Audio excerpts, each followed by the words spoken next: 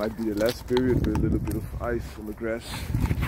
And people sometimes put their dogs into dog clothing to keep them more comfortable, warm, so to say.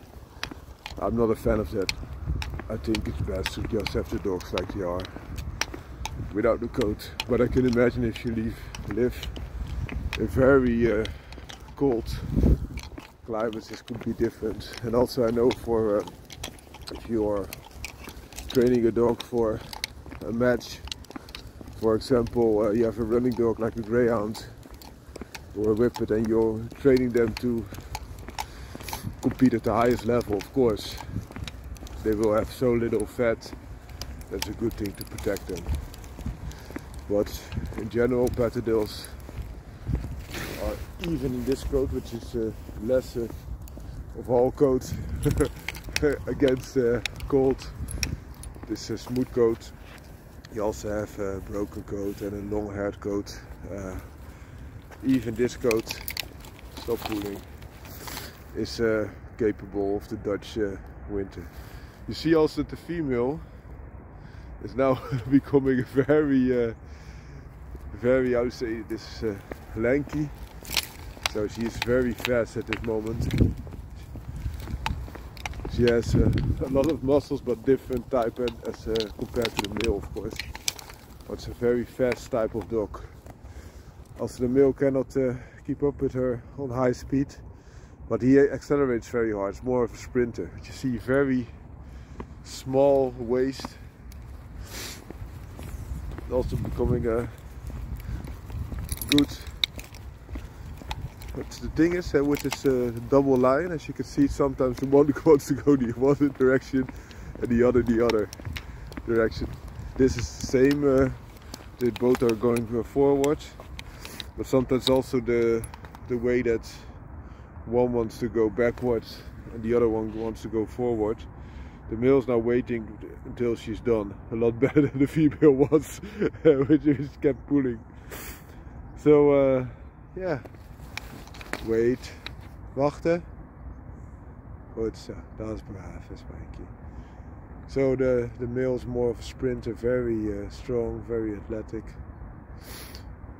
But the female has a lot of lighter build, so she can do it for a longer time and also can reach higher speed because she doesn't have to have all the weight with her. And if you look at the shoulder height, there's not that much difference. Whereas the weight is between 50% to almost 90% higher in the male. It's a completely different type. Females would be good for a platoria of hunting quarry, where the male is more of a bigger type of quarry. So for example, badger, raccoon dog, and big foxes. Sometimes people also use them on the hawk, the swines.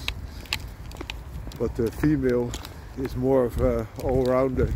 And she can also go into smaller foxholes because she has a little lesser dimension, of course. But she would have bigger trouble against a badger, because against a badger, European badger, they rule normally 10 kilograms and up is the best, so that they cannot be barnstormed that much, and the badger will just flip them over and work his magic. But I was talking about coats, and I think this is enough. You also don't see the dogs trembling from the cold, as you can see. Even a very lightly built female is not trembling from the cold, as you often see with whippets or chihuahuas or the likes. Could also be different types of dogs, because if you are a type of dog that is easily intimidated or easily faced, your perception of cold and temperature could be a lot different than a harder dog than these dogs are. But also they like their warmth, especially the male. If you put them in front of an open fire, he would just curl in. He really likes the warmth as well. But also if they can go out and have fun. Nice the power walking that they do. They will really enjoy it. Also the snow, they don't care. And we should not either. You should take good care of your dogs, of course, but not baby them, because that way you make children out of them instead of dogs, and that's something I would not recommend.